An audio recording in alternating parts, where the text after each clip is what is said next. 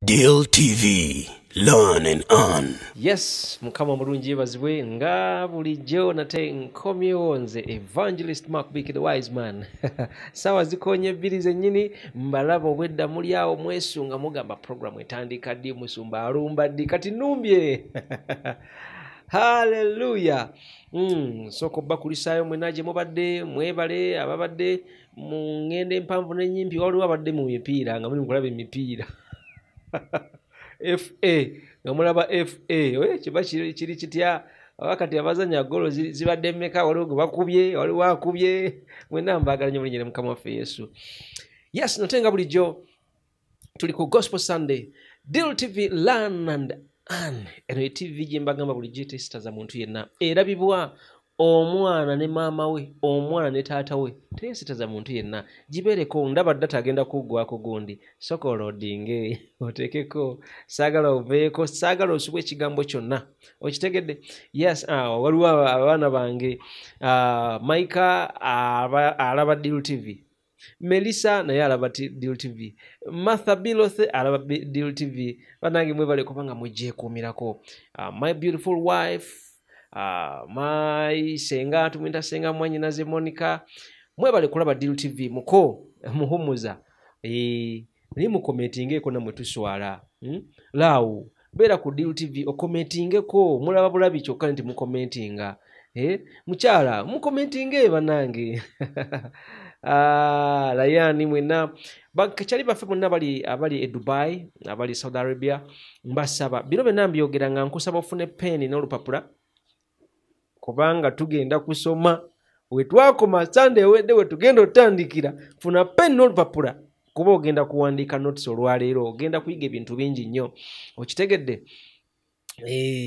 Kati no mwena abali e Dubai mbagala nnyo muganda wange abeere magaga kamera DJ Vincent nkwagala nnyo wakabi mwana era nkusalutinga gwasinga mu kintu kino Mayas 75 Dr. Carts. Yes, mwebale kubanga mutuzamu amanyi buli lunaku okubanga tukola kyakabi nnyo. Mpozo olwaleero nga bwe mutiro bagamba nti dubeera special ne leero luli special. Last Sunday nalinze ka ku program mwandaba naye leero zze n'omugenyi era mugenda kubanga mumwelo kaminga wona wotudde mukubire mu ngalo ez'amaanyi omugenyi waffe. Yes, omugenyi ono nga sinnamwanjula musajja wa Katonda. Omugenyi ono nze ngenda sooka mbabuulira ebimu ku bimukwatako okitegedde. Omugenyi ono musumba alina ekkanisa erina masuba era ajja kuba akubuulira ekkanisa ye weeri osobola okugendangawo mulinyera mukama waffe Yesu. Era omusumba ono musomesa asomesa mu Bible College.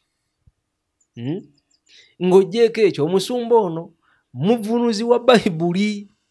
Ofunye bulungi.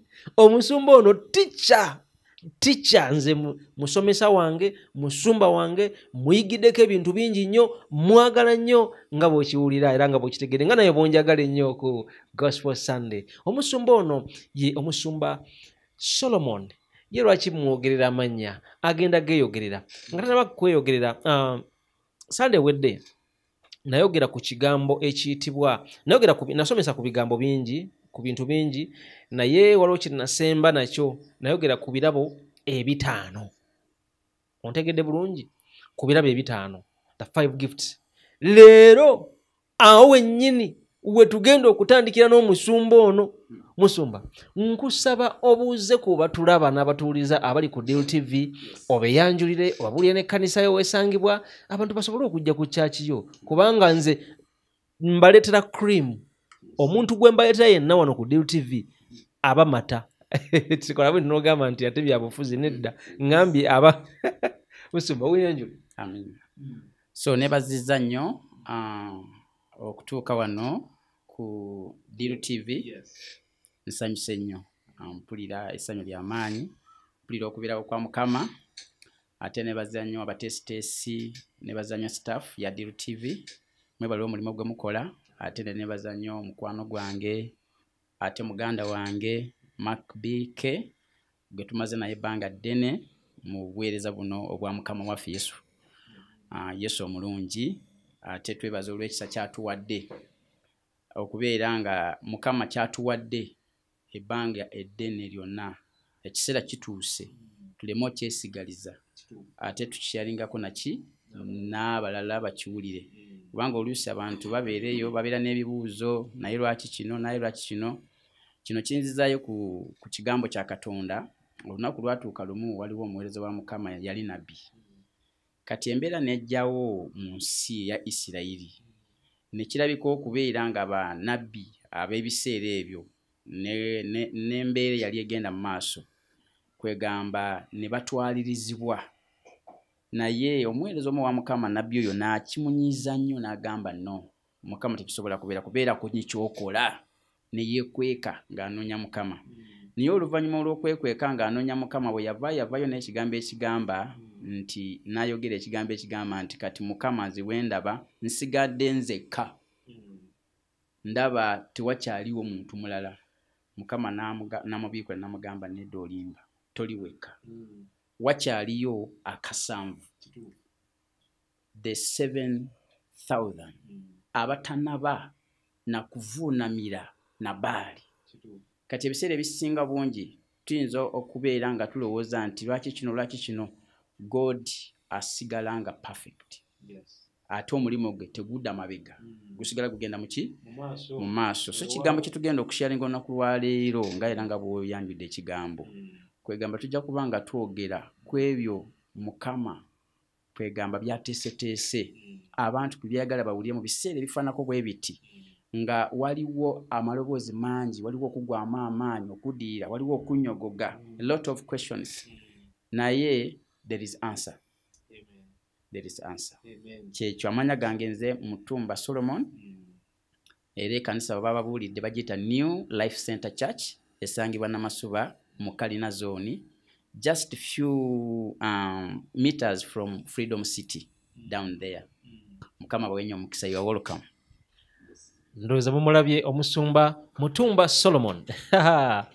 Omusumba Mutumba Solomon alina ekkanisa eyitibwa New Life Church. Yes, New Life Center Church. Yes. New Life Center Church esangibwa Namasuba mu Kalina Zone. Yes. Nkusaba ekkanisa eyo COVID-19 nga biwedde nga bamaze otuggulawo ogikyalireko. New Life Center Church eri awo mu Kalina Zone, kanisa nnungi nnyo, nze nabagambye baleetera cream. Omuntu gwe ngenda obbaleetera oba gwe mbaleetera mala kumulaba kumwekenneenya. Mukama yeebazibwe. So mbasaba nga biwedde oginoonyeeko ogende mwenna abantu abali awo Najja Nankumbi, Namasuba, Kikajjo, Wabi, Kibyo, Nazana, nammwe abali ewala mujje munoonye ekkanisa eyo, mugigende mu kanisa nnungi ya bulamu esomesa kigambo kya Katonda. Ekkanisa esomesa ekigambo kya Katonda ekitwala mu ggulu, so se ekigambo kino ekyamu kireete kitole. Haleluya. Musumba, mbadde nsomesa abantu last Sunday nasomesa ku abantu abali ku Deal TV ne mbasomesa ku birabo 5. Nasomesa ebintu bingi naye nasemba njogera ku birabo 5. Yes Musumba, last Sunday nasomesa ku bantu ku kiyitibwa Bayibuli kubanga nagenda okwesanga ensangi zino abantu babuulira, abasumba babuulira enjiri, abantu balina Bayibuli zaabwe naye tebamanyi Bayibuli kyeki. Oli akutte Bayibuli tamanyi Bayibuli n'endagaano mmeka, akutte Bayibuli tamanyi nnyiriri mmeka eziri mu Bayibuli, tamanyi bitabo bimeka ebiri mu Bayibuli. Ate ekintu ekyo nagenda okwesanga n'abasumba bennyini bakanya kubikula naye tebamanyi bitabo biri mu Bayibuli. Ne mbasomesa ku bitabo ebyo, ne mbasomesa mulimu ebitabo eby'amateeka, mulimu amabaluwa. So naye ngenda gye nasemberana ne njogera ku birabo 5. Olunaku lwero njagala tugende mu maaso twogere ku birabo ebyo 5, tugaziye kubanga waliwo abantu abatabimanyi naye nga bandyagadde okuyiga. Waliwo abalina ebirabo naye nga tebamanyi ngeri ya bikozesaamu. Waliwo abalina ebirabo naye nga tebamanyi nti balina ebirabo. Waliwo abalaba abalina ebirabo nga bo buli kasaba babeera mu kwemulugunya nti musumba yo ddala musumba oyo ekirabo kya busumba kyalina ekyo nga akola bwati ne bwati ne bwati ddala oyo nabbi oyo nga abanya abantu onfuna musumba. So lero njala tugaziye ku birabo ebyo. Gifts of the Holy Spirit, how the gifts function. njagala twogere ku kintu ekyo era nga njagala nkubuuze Musumba, mugaso ki ogw'ebirabo bino eby'omwoyo mutukuvu? So bwe tuba nga twogera ku kintu ekiyitibwa gifts of the Holy Spirit oba ebirabo eby'omwoyo omutukuvu, eryo liri ssomo liri wamu tuliyita spiritual discipline and gifts. Lwaki tugiyita spiritual discipline? Kubanga buli kintu kyonna ekirina omulamwa it becomes a discipline. Kati okutuusa nga oyingidde munda mu kyo n'okwata ennono zaakyo, then discipline eyo tandika ogitegeera how it operates, n'ekuyamba ate n'ogifunamu. Kaakano nga omulamwa gw'olesi getugenda okwogera kuno mulamwa mukulu nnyo, era ekintu kino nkispeninzeeko ebiseera bingi nga nkisharinga mu makanisa mangi agamu, era abamu bajja kubanga already abamu balina ne teachings zino. Naye olunaku lwaleero ku Diru TV twagala naawe atafunye mukisa ogwo naawe beko kyoyiga, naawe oyige, because okuyiga tekukoma. And Jesus yakozesa ekigambo ekiri very clear, yagamba if you continue in my word you will know the truth and the truth shall set you free. If you continue, tosoma lumu ate tosoma kimu n'okivaako, there is a lot. If you continue, not once. Faith comes by hearing and hearing, not once. You need to hear and hear and hear. Yeah. That's how you grow. Faith yaffe oba okukkiriza kwaffe kukula ne kutandika okuvaamu ebibala ebinene. Otegera ekigambo ekyo. So bwe tubanga twogera ku gift, twagala kwogera ku gift zino kyeki. Number 1, tujja kustandikira ku definition. I want so much to define.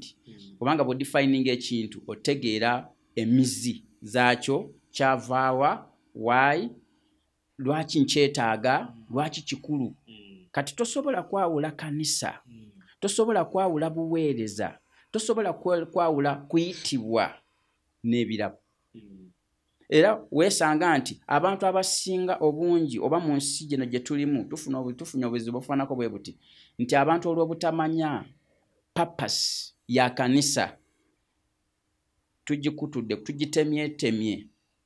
Naye bw'obanga otegedde ekigambo kino ojja kutegeera nti waaw, mbadde simanyi kati nkiyize.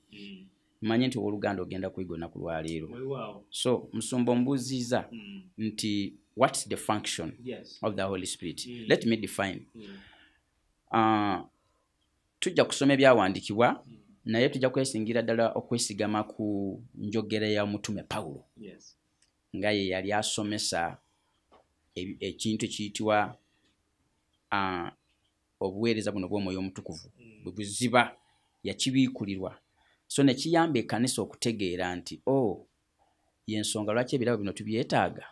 So n'olw'ensonga tujja kusooka ne definition, naye tujja kukozesa Bayibuli yaffe, njagala tusooke tusome. Tusomeko mu Bakolinso essula eno ey'e12. Mmanyi tugisoma bulijjo, but let us look at there and tulabe egamba ki. Bakolinso ekisooka essula 12. Tutandike n'olunyiri olusooka olwo lwennyini. Olunyiri olusooka Lwennyini awo. nkusomereyo. Somawo. Abakolinso essula 12 olunyiri olusooka egamba nti abooluganda saagala mmwe obutategeera ebikola ebikwata ku birabo ebya mwoyo. Kanduddemu bulungi.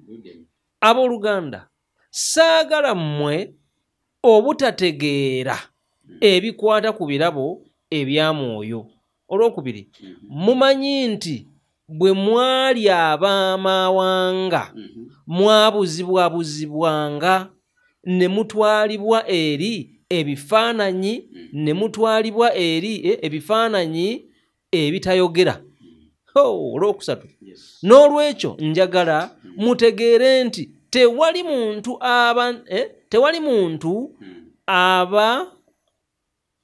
aba ne mwoyo wa Katonda n'ayogera nti Yesu akolimirwe. Ndoza eyo yali nnyanjula ye. bantu baali bamaze okulokoka kanisa ng'etambula mu kanisa y'Abakorintho abantu nga balina ebirabo naye ng'ebirabo bye balina tebabitegeera kati obutategeera birabo bino nankola yaabyo byaleeta obuvuyo byaleeta okusikanga n'emiguwa byaleeta kwegamba kanisa okwetematemamu ebiwayi okiraba ekigambo ekyo buli abantu babeera mu kintu naye ng'ekintu ky'olimu tokimanyi tokitegeera tokifunye kaseera kalungi tofanye kusomesebwa kubeera ku mulamwa then ojja kumaliriza nga oleeseewo endowoozayo which is very very bad oba mu bulamu bwaffe buno obw'ekigambo kya Katonda naye kati katuddeyo ku kigambo nga bw'osomye agambye saagala mu butamanya ekikwatagana ku birabo by'Omwoyo Omutukuvu kati bwe yali ayogera ku kigambo ekyo wadde yakozesa ekigambo obutamanya ebirabo bino by'Omwoyo Omutukuvu mu Bayibuli omanye ekisooka abantu bateekwa okutegeera nti Bayibuli gy'olina eyinza kuba ya Luzungu eyinza kuba Bayibuli ya Luganda eyinza kuba ya lulimi lwonna lw'osoma naye njagala otegeere nti ebayibuli zonna ze tulina zaavunulwa kati zaavunulwa okuva mu Bayibuli ezaasookawo naye waliwo gye tuyita oba gye twandiise original ya Bible oba ensibuko ya Bible kati mu ndagaano eno empya nga wano we tusomye tuli mu ndagaano mpya mu ndagaano eno empya buli ebyawandiikibwa byonna ekinyusi kyabyo Luyonaani le tuyita Greek kubanga olwo lwali olulimi mu biseera ebyo lwakozesebwa olulimi olwafulumira mu Bayibuli entuufu eyasooka nkusaba oteekeyo amatuugo ate owulirize ate olabe Musumba agambye nti Bayibuli nkikootinze agambye nti Bayibuli ng'efuluma yafulumira mu Luyonaani ey'endagaano empya tagambye endagaano nkadde agambye endagaano empya yafulumira mu Luyonaani yes wadde nga neye endagaano enkadde nayo tulina kye tuyita version enzivuunula ey'enkadde nayo topiki ndala kubanga n'olunaku lwaliro tulina obuzibu obw'okutegeera Bayibuli zaffe tujja kukyogerako Diru TV egenda kusibula abantu amaaso amiina so njagala obeere nga weesunga okutegeera ebintu bingi but let us now tudiiringe ne gifts Pawulo bw'aba akozesa ekigambo gifts alina ebigambo bibiri eby'Oluyonaani by'akozesa ekisooka akozesa ekigambo pneumatukos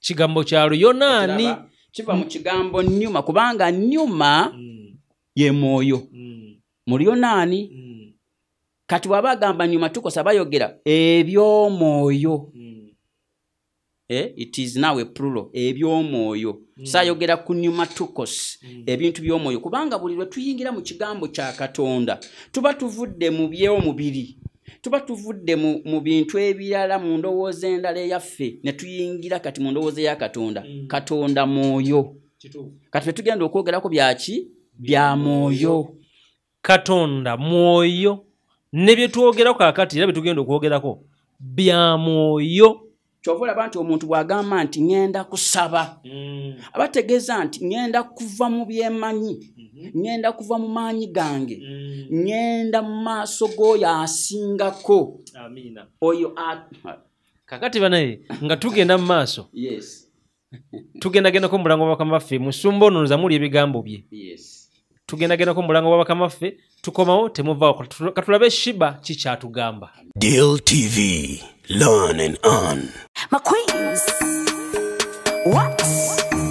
Let's go. Esawa, bwezi tukamu ready. Holy party. My queen, got to jayoka. Holy party. Kasanitary party, kawe wevu. Holy party. My queen, keka tu sanira. Hey, hey.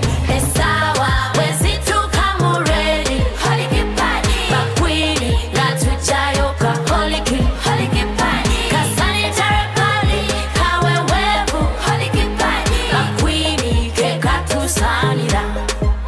Let's go. Holy parts, queens know the best. Diru TV, learn and earn.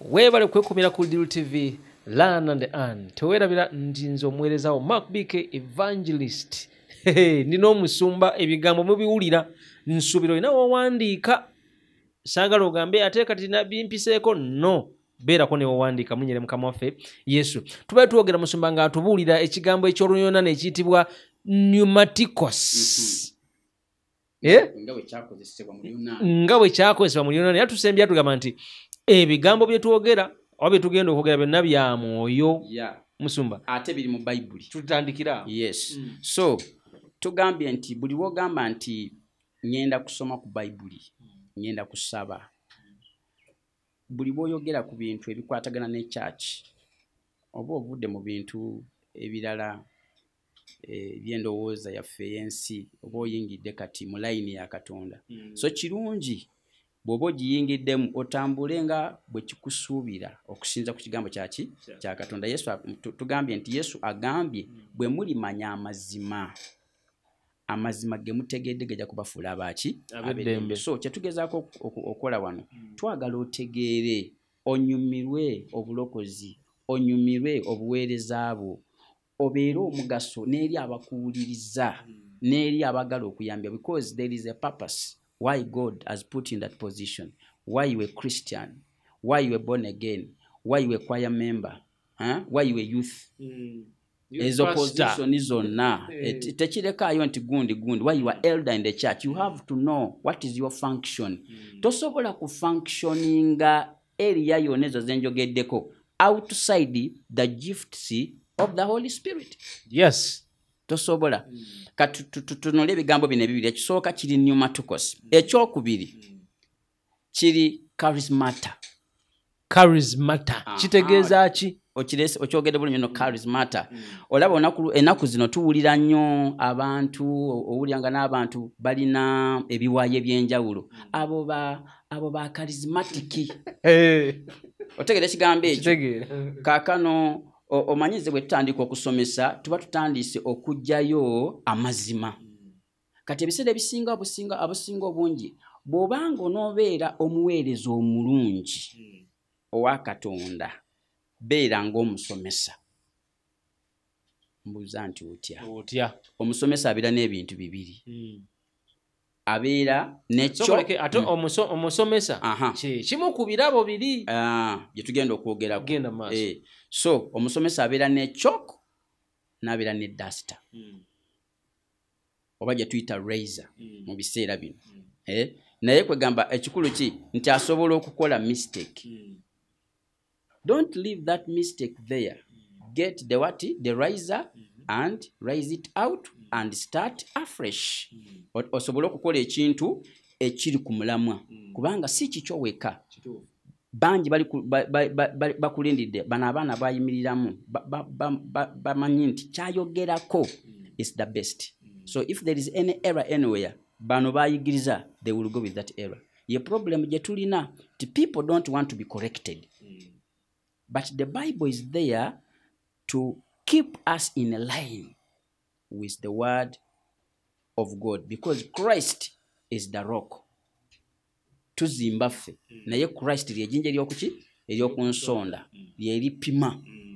Kati buli woowaba komawo kukaguwa. Kati ffe twagala bwagazi kukuza kukaguwa. Bigambo bibiri pneumaticos ebintu by'omwoyo, charismata kitegeeza ebirabo. Pneumaticos ne charismata. Charismata ogambye ekitegeeza ki? Kwegamba charismata ebirabo eby'omwoyo. Ebirabo eby'omwoyo. Kigambo kino kya Luyonaani. Kubanga tugambye tusomesa. Tetuli kubuulira. That's why oteekwa okuwandiika. Katugambye katutulabe. Agambye bw'ati. Katule tukozesa ekigambo kino charisma okutegeera ebirabo bino engeri gye bitambulamu. Kiba kitegeeza nti buli muntu yenna Katonda bwe twamala okulokoka ne tumukkiriza teyatuleka empty. Ebirabo bino tebitandika butandisi nga tulokose naye ate birina omulamwa bwe guti nti omuntu yenna okugasa mu nsi omuntu omulamu ateekwa okubeerako alina kyakola. Ateekwa okuba n'ekirabo. Ekirabo. okitegeera kati kyova abagambye nti temubeera ng'abatamanyi kubanga bwe mwali mukyali mu nsi mwatwalirizibwa n'ebirabo ebirala ebirinakyo abantu bananga bayagala okumanya ebintu by'omwoyo naye nga tebalina bwe babijja sitaani n'ateekawo ekkubo lye naga nti bw'oba waloosa ekirooto nga kikutawaanya tokitegeera gendakoowa alina ekirabo otegeera ekigambo ekyo naye ng'ekyo ekirabo si kyekiri mu layini eno kubanga kyo kyekiweesa katonda kitiibwa naye kino ebirabo bye twogerako biri mu function okusobola okuyimusa ekitiibwa kya katonda n'okuleeta obulamu obujjudde so ye papasi ya bino ebirabo bye tugenda okwogerako so katwogere ku charisma kiba kitegeeza ekibirabo bino bya kisa kubanga ekigambo charis means grace era owulira mu Lyonaani ekigambo charis means grace kitegeeza buli kirabo omuntu kyalina takigula naki na muwendo gwa nsimbi era tewali akitunda naye katonda yakikuwa buwi osobole okugasa omubiri gwa Kristo so kyetwagala okusooka okumanya nti ebirabo bino biri bya kisa era birabo bino bya mwoyo bwe tumala okutegeera ekyo kiki ekiddako tumaze okutegeera charisma tumaze okutegeera pneumatikosi oba pneuma ebirabo eby'omwoyo kiki ekiddako awo tujja kweyongerayo nti mukama bw'aba agaba ebirabo bino number 1 ekyenjagala abantu ba katonda bategeere God is not God of confusion katonda takolera muki mu kutabuka oba mu kutabulwa God buli kintu kyonna katonda kyakola ali perfect naye ffe ng'abaana b'abantu tulina embeera eyo okubeera confused naye katonda is not confused so katonda buli kintu kyakola ali very systematic so tugenda kulaba systematic yaki y'ebirabo bino engeri gye bifunction nawe ojja kubeera ng'onyumirwa ekirabo kyo era tewaliyo nsonga lwaki toyagala kirabo kyo bw'obanga amaze okukizuula nti kino kyekirabo kyange kubanga awo weewali amaanyi ga katonda ne mission ya katonda ne purpose ya katonda gwe naye bw'otakitegeera ekyo ojja kubanga oyuuga odde eno n'eno because you are not positioned so kyetwagala okulaba twagala okugenda ku paati ey'okubiri nga tulyoke twogere ku birabo bino tubijeyo bulungi ebirabo nga bwe tubuyeredda bigwa mu category ya bintu bisatu category ndowooza I don't know they are categorized into 3 groups ebirabo bino biri categorized into 3 groups kati bw'otegeera engeri omanyi katonda waffe wa busatu kati ngoyagala okutegeera katonda buno nti ebirabo bino nabyo bwe biba biweerezebwa bwe bibanga bikola omulimo gwabyo tebyawukana na busatu bwa katonda Bakolinso ekisooka 12:7 let us look at there Bakolinso ekisooka essula 12 olunyiriri 7 lugamba nti mwoyo mutukuvu yeeragira mu buli omu olw'okugasa bonna nyongereyo olw'omunaana omwoyo omwoyo amuwa okwogera ekigambo eky'amagezi omulala omwoyo amukola ki omwoyo omu n'amuwa okuyiga n'ategeera omulala omwoyo y'omu n'amuwa okukkiriza n'okumala n'omulala n'amuwa obuyinza okuwonyanga abalwadde nyongereyo 10 omwoyo omu omwoyo amuwa okukolanga ebyamagero n'omulala n'amuwa okwogera eby'obunabbi ate omulala n'amuwa okwawulanga emyoyo emirungi n'emibi omulala amuwa okwogera ennimi ezitali zimu n'omulala n'amuwa okuzivvuunula naye omwoyo akola ebyo byonna y'omu y'agabira buli muntu ng'omwoyo oyo bw'ayagala. So it's not the will of man, but the will of the Holy Spirit. Yes. Kubanga kyova olaba nti Yesu akisimbako Esira agamba temukola kintu kyonna, agamba abayigirizwa be mulinde oyo eyasuubizibwa bw'alijja alibabuulira byonna. Kati omwoyo omutukuvu bw'akka taka empute. Kyetuva tuyimba ne tugamba nti omwoyo wa Mukama n'amalaka wabeerawo enjawulo. Kyova olaba wano bagambye nti ebirabo bino eby'omwoyo omutukuvu byeragira. Omwoyo omutukuvu tasobola kubeera wantu niwabeera kwayati niwasirika. Omwoyo omutukuvu bw'aba ali awantu tewabeera kwayati. Omwoyo omutukuvu bw'abeera awantu ebintu bikyuka. Bannaye katugendeko omulango bw'Bakamaffe temuvaawo tukomawo. Deal TV, learn and earn.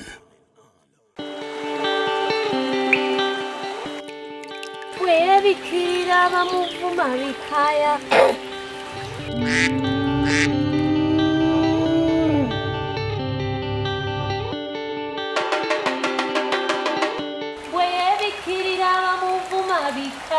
Okusobola okukuuma eddoboozi lyange nga ggooggoofu ne sikini yange ng'ekyanana nnywa Hellwater. Hellwater Natural Mineral Water.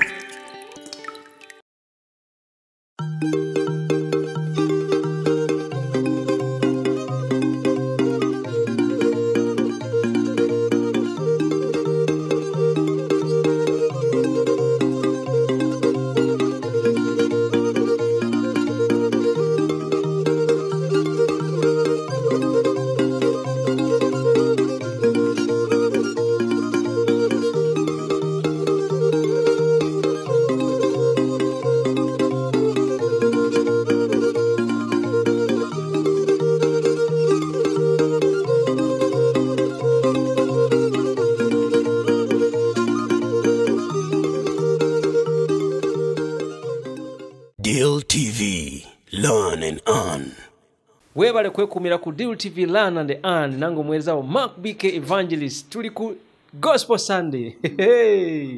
Togisubwanga ndoozo omusajja wakati omuli ebintu byasomesa atugambye nti omwoyo mutukuvu bw'abasse ebintu bikyuka. Tosobola kusigala nga bw'obadde yensonga ne kale akayimba baakaleeta bwakka wabeerawo ki? Babeerawo enjawulo. Genda maaso musungu. Yes. So twogera ku mwoyo omutukuvu. Omwoyo omutukuvu ye nannyini birabo. Ate omwoyo omutukuvu bw'obanga omuntu tamutegedde, it is absurd. Kwegamba kibi nnyo kubanga ojja kuzitoowererwa.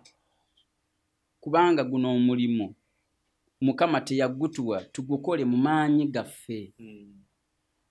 Ojja kubeera confused. Ate njagala kugamba amazima nti bw'onootambula obulamu buno obw'obulokole oba okubeera omukristaayo naye nga tomanyi mwoyo omutukuvu n'obulokole bwenyini bujja kulema. bangi ababulimu naye nga bagamba nti babulimu ne mu kkanisa mwe bali nga bagamba tuli balokole naye nga bali out of bulokole. Yes, kubanga lwaki the Holy Spirit olulimi olulala era kye bamuyita Parakletos. Kigambo kya Luyonaani Parakletos. Kati ekigambo kiba kitegeeza omuyambi ow'okumpi. Somebody by side akukuba akaama. Ye mwoyo mutukuvu. Oba oyogera n'omuntu n'akugamba nti oyo gw'oyogera naye si mutuufu. Naye kati how do you walk this life ng'oli wekka? Ojja kutomera. So kati tuddeyo. Kati nakugambye nti ebirabo bino eby'omwoyo omutukuvu bifunctioninga mu area meka? Satu. Ze nziyite 3 categories. Category esooka ebirabo engeri gye bikolebwamu. Tusooke tusome ebirabo bino. Olaba bwe byabadde bisoma ebirabo bye wasomye byonna. Awo mu 1 Corinthians chapter 12 okuva we tusomye okuva ku verse 7 paka verse 10 there are 9 gifts. Ziri 9 gifts all together. Naye nga gifts mu Bible zisangibwa mu bifo byaki? Ebyenjawulo. Naye wano byonna mwenda biri wamu. wano ebijje bya nebigatta wamu. Aha. The reason is those 3 byonna nga bebigattitwa wamu bimala ne byawulwamu in 3. Era gift don't function alone. Ekirabo tekikola kyokka. Ekirabo kikola n'ekiinaakyo. Okitegera ekigambo ekyo? Kubanga one, because one gift depends on another. Okusobola fe okufunamu. Tutya katulabe engeri gye bitambulamu. The first group of the gifts got the gifts of utterance or speaking. Ebirabo bikola ki? Ebyogero obuki? Bwe bibanga byeraga kubanga twalabye wali nti omwoyo omutukuvu yeeraga wali wasome mu lunyolo lw'omusanvu. Kati byeraga bitya? Byeragira mu ngeri za njawulo. Number 1, they show themselves or they manifest themselves through speaking. Eyo group birimu ebirabo bisatu. For example, the gifts of uttering mulimu prophecy. Prophecy, you speak it, nebagamba oyo nabbi nno ayogedde. 2, tongues. Ennimi nazo bazikola ki?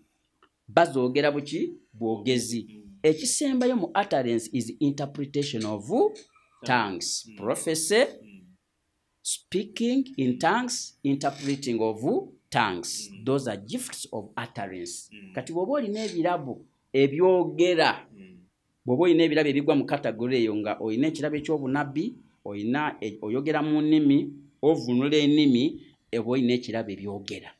So that is utterance. Byo biri bisatu. The gift category ey'okubiri, they are called the gifts of revelation. Byo tebyogera naye byo bibiikula oba byakubiikulirwa oba the extraordinary power oba ability to see beyond the eyes. Ekyokulabirako, that's the word of wisdom, the word of knowledge, then the treated discernment oba distinguishing of spirits. Nabyo biri bimeka bisatu. Word of wisdom, kigambo ky'amagezi, ekigambo ekyokumanya abalabita nabakutegeera, then n'okwawula emyoyo n'obeerawo n'odisaninga omwoyo n'akudisani munda mugwe n'owulira enyokoso n'agamba nga mpulira obuzito wano. He is speaking, but he is speaking in revelation. Yes. Is revealing something within your spirit. Aina kyakugamba mu mwoyo, akugamba vaawo wano, akugamba sooka olinde okukola ekyo. Kitegeera aina kyayogera, you discern nga waliwo danger. N'emirundi ekisinga obungi tetuwuliriza. Yes. Ate nnamba esinga obunene tosobola kuwulira kintu ng'ekyo naye nga tukiwulira kyogera naye nga tukikola. Ate many people have heard them say, so nawulidde ekintu after ekintu kyaŋŋambye naye nga amaze okugwa mu buzibu. Esente zigenze. Ebintu bigenze. Waliwo banyinaze bali Saudi Arabia. Abalala kati muli mu makomera, bali muli mu mirimu emikyamu. Mbadde gabale Saudi Arabia. Yes. Oli yagera naddira n'awulira nga Mukama amugamba nti gulawo akawunti. Sente obeere ng'ozisindika ku akawunti yo. Naye olw'okuba yali ayagala nnyo muganda we, waliwo n'omulala ayagala nnyo maama we. N'abaga munzigulirewo ne bamugulirawo. Sente baazirya. Waliwo abaweereza sente babazimbira ennyumba bagulye poloti. Sente baazirya zaggwawo dda naye nga ku ntandikwa Katonda yayogera nabo nti temukikola ekyo naye muggulewo akawunti sente muzisevinge. Kubanga tebawulira bulumi gwe gw'owulira. Otegeera ekigambo ekyo. Twetaaga okukola ki? Okumanya. Tosobola kubeera mulokole n'oba musiru. Lwaki oli mulokole n'oba musiru? Tomanyi mwoyo mutukuvu. Okitegera ekigambo ekyo. So tuli mu group ey'okumeka ey'okubiri. That is revelation. Omulokole oteekwa okutambulira n'okubiikulirwa. Kansubye nti olina owandiika. Olina okutambula oba okubeera n'okubikkulirwa. Mukama yeebazibwe. Then gift zino number 3, category number 3 eya gifts ze bayita power gift. Tukiddemu ekyo. Power gift. Byebirabo eby'amaanyi oba ebirabo eby'okubwatuka. Abalokole twagala amaanyi. Era Mukama yagatuwa naye omanyi nti ogalina. Lwaki otya? Lwaki okankana? Tomanyi mwoyo mutukuvu. Era Katonda abeera mu ggulu n'atutunuulira n'agamba kati ono olina ekirabo. okitegera ekigambo ekyo katulere ekidako kigamba kitya this gift nakugambye nti zigwa mu busatu kwegamba bikola bisatu they connect in three so in a gift of power mulimu kyetuyita faith that is a gift mpulira abantu nga bagamba nina okukkiriza you don't have faith unless God has given it to you. Yes. Katonda yatuwa si buli muntu yena nti alina okukkiriza oyinza okuba olina wish ne Yesu yagamba nti singa mulina okukkiriza akantu ako singa kitegeeza tetulina kukkiriza otegeera kigambo ekyo so ate n'agamba ni bw'oba nako okutono it is a quality not quantity otegeera kigambo ekyo so faith ye part esooka number 2 healing ezo healing egwa mu power gifts cheta kitwala maanyi okuwona part esembayo working of miracles kati olaba abantu tebabyawula healing it can be a miracle but there is what we call a working of miracles as a gift kino kye bayita working of miracles waliwo akaseera k'otuukamu ng'omwana w'omuntu ng'ekikutaasa kyokka kyamagero buli muntu waliwo muntu atuuka nze saagala byamagero olimba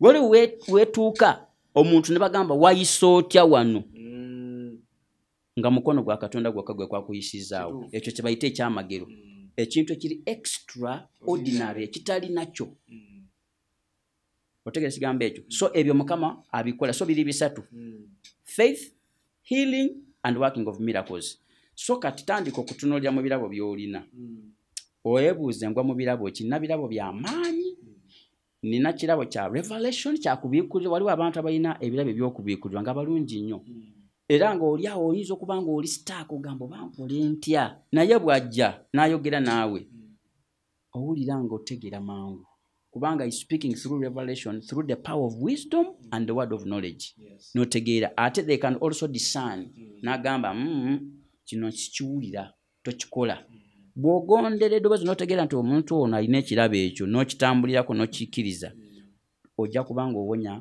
dangers nnyingi mu bulamu bwaffe oba mu buweereza tulina ebintu bingi bye tukola yes wow mukama waffe omulungi yeebazibwe weebale kwekuumira ku Deal TV Learn and Earn teweera tuli ku Gospel Sunday katugendeko omulango wa bakama baffe tukomawo temuvaawo Deal TV Learn and Earn. Gwe wenna omwambazi kankwanjulire S&H Style Shop tutunda hijabs, veils, handbags, crossbags, short and long dresses. Tuina shirts z'abaami, tuina office wears, night wears, knickers, obulega saako n'obubina bw'abakyala. Tuina leggings ne jeggings, kw'ossa n'emisipi gy'abaami saako n'abakyala. Tutunda stockings, wallets, kw'ossa ne vests ez'abaami n'abaana. Tusangibwa ku Kukanya House, shop number C04 opposite Net Toto Ewakaliga. Oba tukubire ku namba z'essimu zino 0752 07 22 35 oba 0772 07 22 35 oba tugoberere ku Facebook page yaffe S&H Style Shop oba ku Instagram yaffe S&H Style Shop okumanya ebisingawo. Chibu buliako ku mmere. Mami saagala bimere byo. Lwaki toyagala kulya mmere ng'ate wajjajja baŋŋamba olya emmere? Anti gwe tofumisa kanzaali ka sosi ate ye jjajja afumisa kanzaali ka sosi.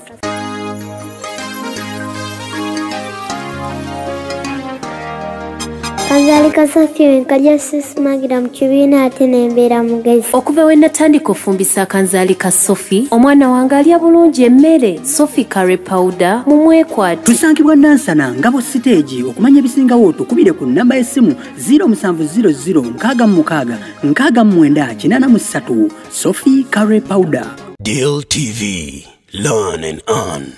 yes weebale kwekuumira ku Deal TV nange omuweereza wa Evangelist Mark B. Wise man banange nyumiddwa omusumba Solomon Mutumba asomesa nze nina kyenjiga gwina kyoyiga nagambye beera ne peni n'olupapula wowandiika gundi lwaki towulira kati owandiika mu ssimu bigenda kuvaamu wafuna peni n'olupapula ebisigadde kale obiwandiike munyere mukama waffe Yesu. Tukyali ku birabo ebitaano.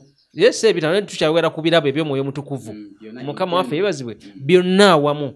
Atugambye nti mu Bayibuli byogerwa. Naye ebitabo ebimu byogera bibikutula. Naye bwe tusomye awantu nga wabiraga byonna omulundi gumu. Mukama waffe yeebazibwe. Tusomye mu kitabo kya Abakolinso ekisooka essula 10 naye nja kuwa devisinga ndoze essula yonna obugisome. Si kusomako busomye kanyiriri kamu n'otukubirawo nga bannabbi bwe bakola b'ennaku zino. Kati ekintu ekira kyenjagala obbatereezaamu nti nabagambye nti Katonda ali systematic. Oyinza okuba nga obadde just omanyi ebirabo naye nga tomanyi nti n'ebirabo ebyo biri classified. Utterance, revelation, power. That is how they operate. Okitegera kati abamu oyinza okubeera nga olina chance nga you have a mixture. Olinako wisdom, olinako power, ate you can still speak.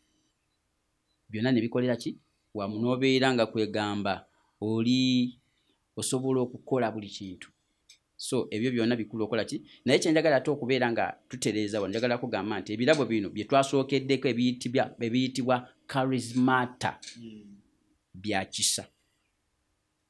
Ebirabo bino bikola mu mukristaayo yenna, si basumba bokka, si batume bokka, si bannabbi bokka. Bino bikola mu buli yalokoka okujjako nga tomanyi. Ekitegeeza buli mulokole yenna agamba nti yalokoka. Ebirabo bino bisobola okukola. Kati tujja kugenda maaso nja kuba nkulage lwaki biteekeddwa okukola. Katugende bwe tuti twagala okutegeera enkola y'ebirabo bino bikola bitya. Kubanga olusi we get confused and perturbed. Katunoolireko Baroma 12.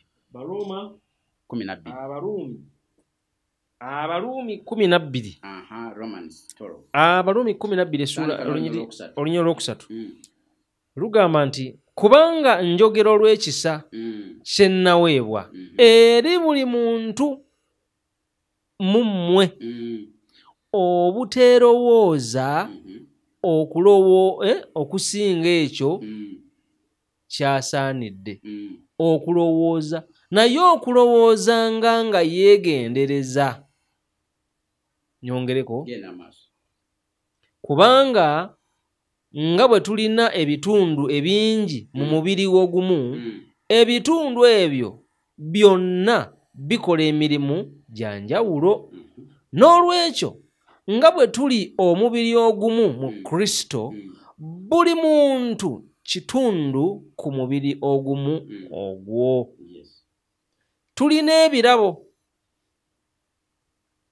ng'ekisa, tulina ebirabo ng'ekisa kye tulina bwe kikola ki? Bwe kyatuweebwa mu ngeri ey'enjawulo, oba bunabbi ng'ekigera eky'okukkiriza bwe kiri. Ng'ekisa ng'ekigera. Ebirabo bino bye tulina, they have limits. Kati osanga oli omutima gumuluma, njagala okubeera ng'omuweereza wa Mukama gundi. Njagala nange nkole byakola, nange mbeereko nga Kayanja. Weebuuze gwe kigera kyo kye baakupimira kyenkanawa, olyoke weegombe oli. Weegombe Kayanja, weegombe Bujingo. Yes. Oba omusumba yenna gwe weegomba, bategeeza ekigambo ekyo. Nga bwe twaweebwa Pawulo nga bwe nti njogera nga bwe naweebwa ekisa, ategeera nti kyendimu kisabusa. So that one must humble you. Bayibuli egamba eta buli lwe tuhambolinga ate yatukola ki? Atuyimusa. The more we humble, wansi w'ekirabo ekyo, wansi w'amafuta g'olina gajja kweyongera. Humble etegeeza ki? Waliwo omuntu ayagala agamba nze sijja kubuulira njiri ya muntu omu. Lugezigezi. Njagala kubuulira nange enjiri ya kisaawe. Kati alinda kisaawe, kirinde nnyo. Naye nga waliwo abaagala okumanya kiki ky'olina. Nga tonabagenda mu kisaawe, waliwo owonyezaayo bameka bamulirwana abo. Weewaawo. Abamu gwe kennyini ewuwa wajjuddewo problems. Katonda z'asuubira nti z'oba osookeramu.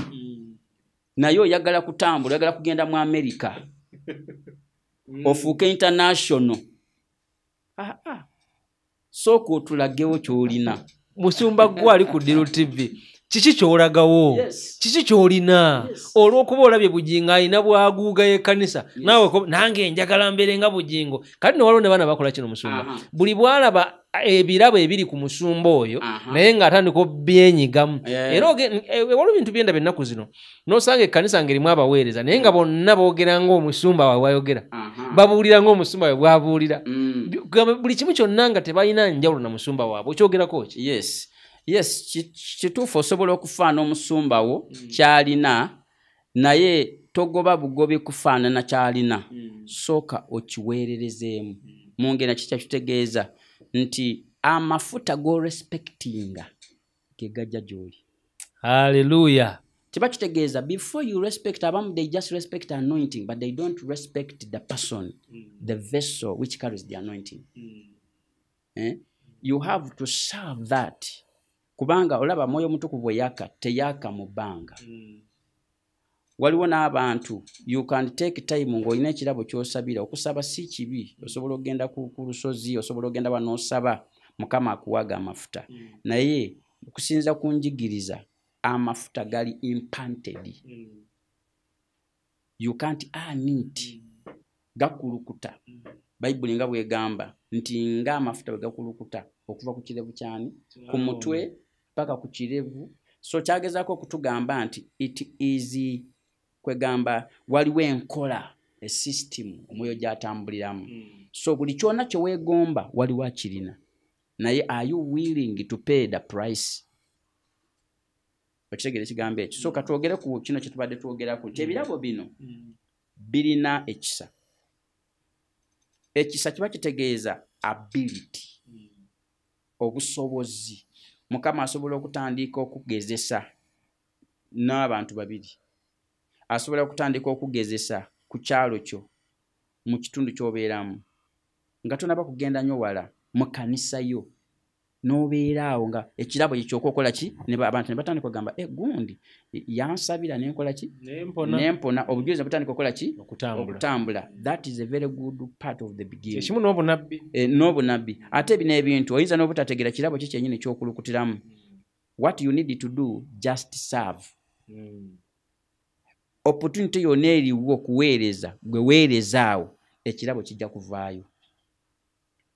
Ekirabo kino kivaayo buli w'obeera available when you position yourself. Kubanga omwoyo ayagala yeerage naye talina bwe yeeragira. Toli mu kifo kyo nga bwe kyetaagisibwa. Oyinza n'okuba nkubuulira abamu kati mutuwuliza. Oyinza okuba nga you don't need to come kubeera mu church otuule awo. Abamu oli ku mulimu, you are in your office, but olina staff gy'okola nayo, and they have problems. You have a gift, use it. Otegera ekigambo ekyo. Olina ekirabo kikozese. Waliwo abaana abali Saudi Arabia. Musumba. Abaana abo bakola mu biyumba. Abantu bebeera nabo si balokole. Abantu bebeera nabo abamu basamize. Abamu balina ebyoto mu biyumba omwo. Abaana abo twogerako bano balina ebirabo. Yogera ku baana abo Musumba. Katonda alina ensonga lwaki yakutwala eyo. Amina. Buli kiseera kyonna God will make for us a platform. Teweetaaga katuuti ka church. Naye wonna kasitebeera nsi Bayibuli egamba mugende mu nsi yonna mubafuula abayigirizwa. Go in the whole nation, in the whole world, make them disciples. Osobola okudisciplinga omuntu. Kitegeeza omwana yenna yagenda eyo, waliwo ensonga lwaki wagenda eyo. Era kijja kuba kibi nnyo okumala eyo emyaka gyena 2-3 n'ovaayo nga tolinaayo omwoyo n'ogumu. Oh, hallelujah. Oliba osaze Katonda. Beerako gw'obuulira enjiri. Buulira abo b'obeera nabo mu nnyumba enjiri. Otuuke okuvaayo nga bategedde Kristo nga balokose. Katugendeko omulango bakambaffe temuvaawo. Okutegeka, okwewola, okukola, omu n'okusiga. Omanye entambuza ya ssente mu maka, ate mu mirimu. Omanye entambuza ya bizinensi, ate gwanoonya omulimu. Omanye okukoma obugagga, ate gwanoonya entandikwa. Tufeffeta, tunoonyereza, okweyamba okuleetera ebyo ebikakasiddwa, okweyamba okutandika, okuyimirizaawo, okukola okusomesa business yo. Welcome to Deal TV, Learn and Earn. We are tomorrow's millionaires. Come for inspiration. Deal TV, learn and earn. My queens. What? Let's go. Esawa, bwezi tukamu ready. Holiki party. My queen, got to jayoka. Holiki. Holiki party. Kasani tare party. Kawe wevu. Holiki party. My queen, keka tu sanira. Hey, hey. Esawa, bwezi tukamu ready. Holiki party. My queen, got to jayoka. Holiki. Holiki party. Kasani tare party. Kawe wevu. Holiki party. My queen, keka tu sanira. Let's go. Holic Pots. Queens know the best. Deal TV, learn and earn. Yes, wewe kwekumira ku Deal TV Learn and Earn. Kuli kanyo mulango wabakama baffe. Yeah, ntumirako muganda wange Kibuuka Najibu ayitibwa Dr. Katz. Wewe bali muganda wange mirimo gyokola. Nkola ya omusajja nga kuba enkokola naye feno mu Yesu tewaba nkokola. Agaba kamina. Yes, Musumba. Yes. Tukyagenda maaso n'ebirabo. Obadde okyatunnyonnyola nga okyatusomesa ku birabo. Waliwo abali mu kutulaba. Waliwo tuba twogera ku baana bana abali eyo mu nsi ezo. Tebamanyi ki oli ali awo atudde awo abeera mu kiyumba maze mu mwaka mulamba tamanyi kirabo kiri mu ye. Musumba, kansoke nkubuuze. Abantu bano batukoze tutya okumanya ebirabo ebitulimu? Tewali kifo kyonna kyoyinza okubeeramu ng'olina ekirabo n'otakikozesa. Osobola obutakikozesa mu mbeera nti buli omu akimanyi nti oyo gundi ali bwati ne bwati, naye osobola okikozesa mu mwoyo w'amagezi. N'awantu oyinza okuyita awazzibwa ennyo ng'ekyokulabirako.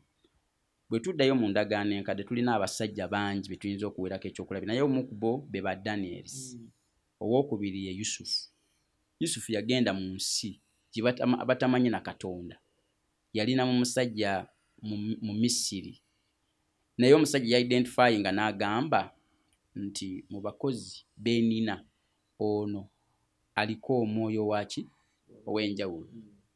Ayogera ku Yusufu. Lwaki? Era ekiseera kyatuuka nti ekyo ekyali mu Yusufu, ye Yusufu kyali kyeragira mu ki? Nti engeri gye yali aweerezaamu yokka yali yanjawulo ku balala. Era nga buli kyonna kyakwatako kiraba omukisa. So kyali kiraga nti ku bulamu bwe kuliko something. Kuliko ekintu ekyenjawulo ekimufuula ow'enjawulo. Kuliko alina favor. Alina ekintu ekyenjawulo. Kati abamu kino tukirina naye tetukimanyi. Oyinza okuba nga olina awantu w'oli naye nga buli w'oli wonna niba muli bameka gwe bayita. Gwe balina bye bakubuuza. Naye tosobola gw'olowooza bulowooza nti kirabika I'm just oba ndi wanjawulo nnyo. Naye mabega w'ekyo waliyo ekirabo ky'otanaba kuzuula. So nga okola ebibyo yingizaawo Katonda awo. Tandika okuyingizaawo Katonda. Kozesa opportunity eyo. Obeereko omuntu gw'oyamba okutegeera Katonda mu mbeera eyo. So paati endala gye tuyinza okugamba engeri gy'oyinza okutegeeramu egifuti yo. Engeri gy'osobola okutegeera egifuti yo bw'oba nga oli mu kanisa nga olina ekanisa gy'osabiramu. Engeri gy'osobola okutegeera ekirabo ky'olina. Find something to do. Funako we weenyiga. Tojja buzi mu kanisa n'osaba oba ne bakusabira n'okola ki n'oddayo.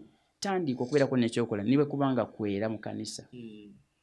Naye doing that will reveal something which kyotamanyi. Katonda ajja kutandika okubeerako ekintu kyakola. Oyinza okubeerako kyotandika okola, oyinza okutandika okuyamba somebody.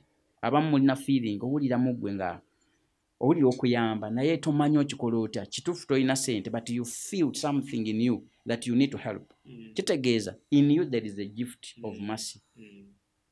There is a gift of help. Abamu owulira okugaba. Not because you have much.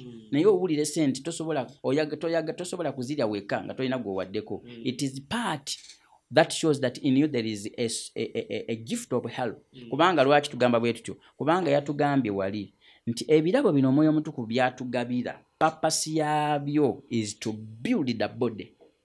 Byebizimba ki omubiri. That's why tubiyise function. Function kiba kitegeeza nti ekintu kino kikola. Kubanga wali mu Bakolinso ekisooka 7 atugambye nti ebirabo bye tulina ebirabo ebyenjawulo bifaananga parts ez'enjawulo ze tulina. Naye nga parts zo zikola omulimu gwaki gwa njawulo. Kati tunuulira pikica y'omuntu. Omukono gwina gwe kisobola okukola. Naye ate omumwa gwe gwogera. Okimanyi nti mu kanisa olunaku lwa leero tulina abantu bangi nga balina amaanyi nga balina obusobozi naye nga they lack kye tuyita unity. Nzize wano olwaliro ku Diru TV because of your gift. Now I'm talking. Somebody is being blessed because somebody's gift has done a work in another gift also to do the work. That's how the body functions. Singa omukono gwina kye gwagala okukwata omwa ne gugamba nze sijja kwogera.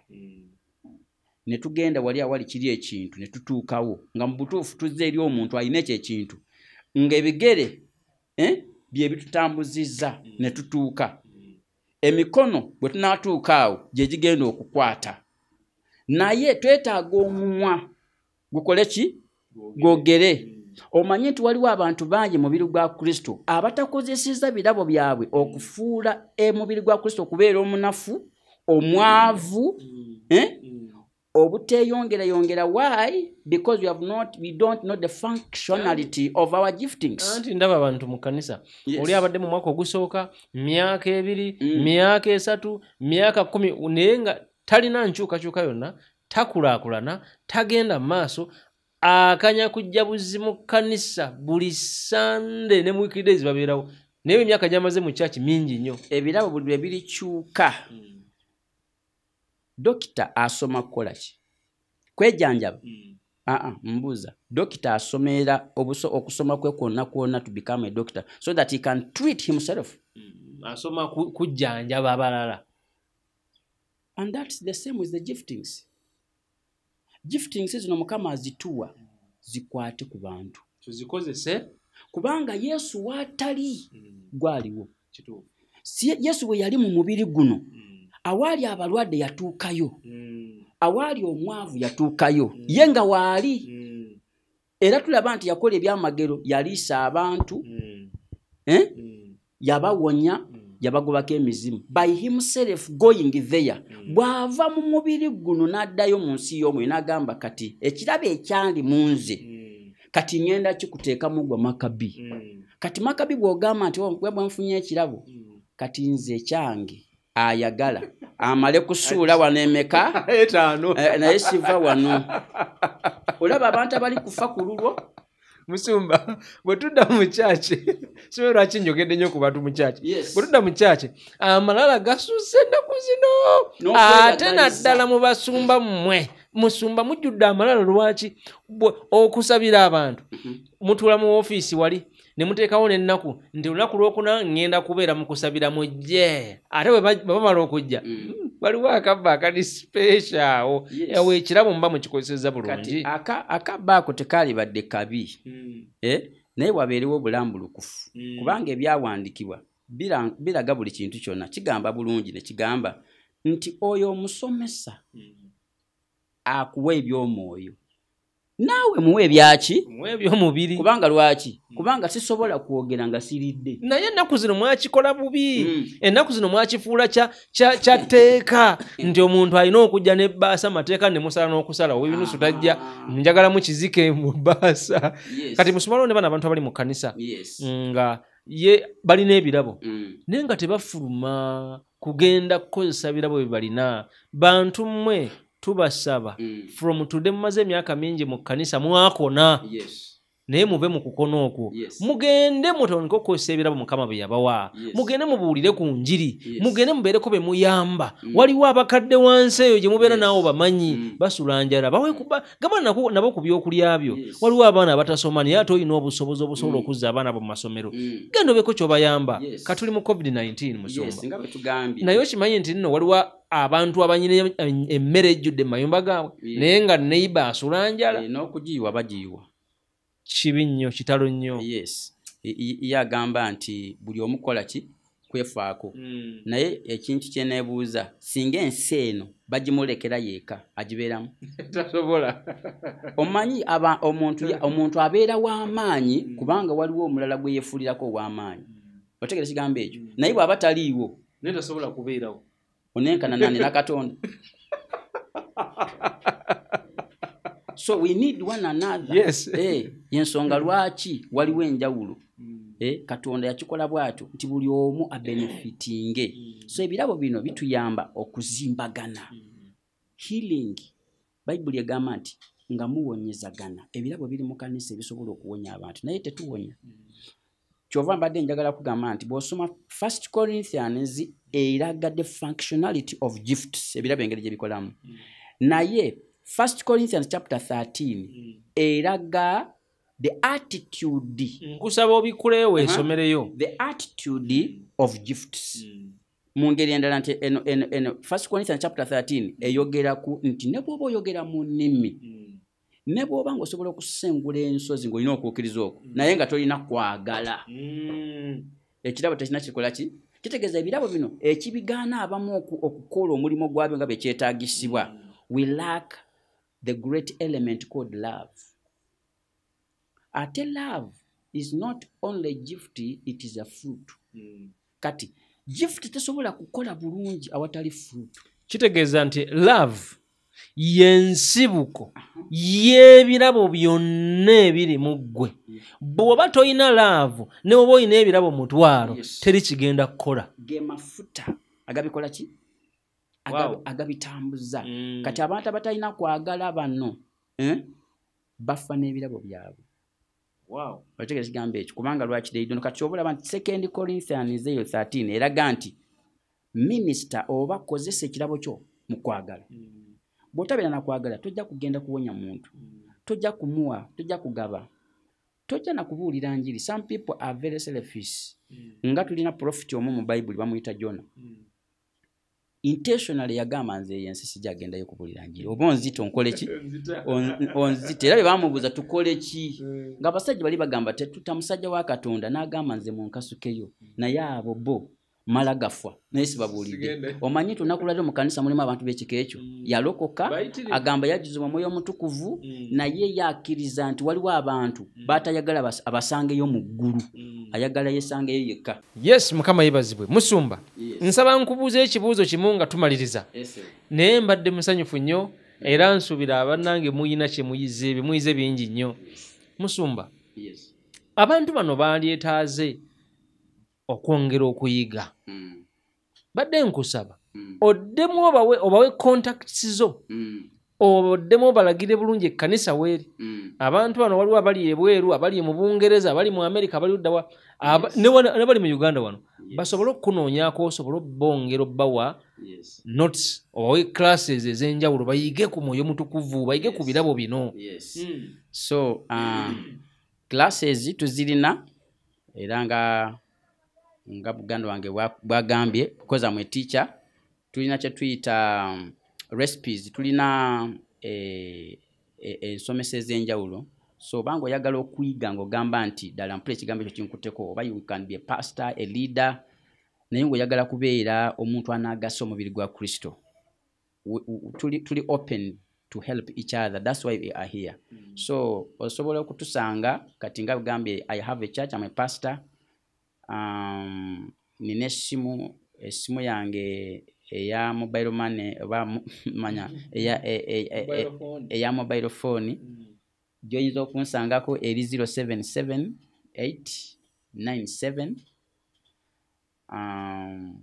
2302 eyo eri 0778-97 2302. Badde nkusaba Musumba mukubireko ku simu ne ku Facebook wali akozesa Pastor Mutumba Solomon omunoonyeeko ajja kuba ayongera okusomesa n'okubuulira kuba musumba ono musomesa mulamba ayina ebigambo ebirungi. Mukama yeebazibwe. Musumba akasemba kono nsaba nkakubuuze okaddemu mangu. Omuntu oyo asobola okubeera n'ebirabo byonna mulundi gumu ebyo? ebirabo okubeera nabyo byonna bisinziira ku kyo Mukama kyayagala okole kubanga Katonda yatukozesa. In fact waliwo ekirabo lwe kyetaagisibwa nnyo at a certain time okusinga ekirala. Abantu abalala tebakimanyi. So ekyo kye tuyita great giftings. Amen. A great gift is a gift that is needed at that time. Mbadde nkusaba. Awo wennyini. Yes. Ojja kuddamu nkukyazi twongeraawo tutandikiraawo bannange mwebale kwekumira ku Deal TV Land and ne badde Gospel Sunday nange mwezawo Evangelist Mark BK mwebale kubeerako mwebale kutwagala abanyinaze mwenna abali e Saudi Arabia Clarice ndowooza nakyoyize nammwe mwenna abali awo mwenna Grace Kayiwa ani amanyangera bide naye mwenna muli awo mbalaba muli ku Deal TV Land and mwebale nnyo mwebale ddala kansubenti mwena kyemuyize nolwairo programu yaffe ekomyawo naye teweeraba nti programu zigenda mu maaso eza Deal TV buli ddakiika buli ssaawa buli lunaku zeekuumireko tovaawo bye bye.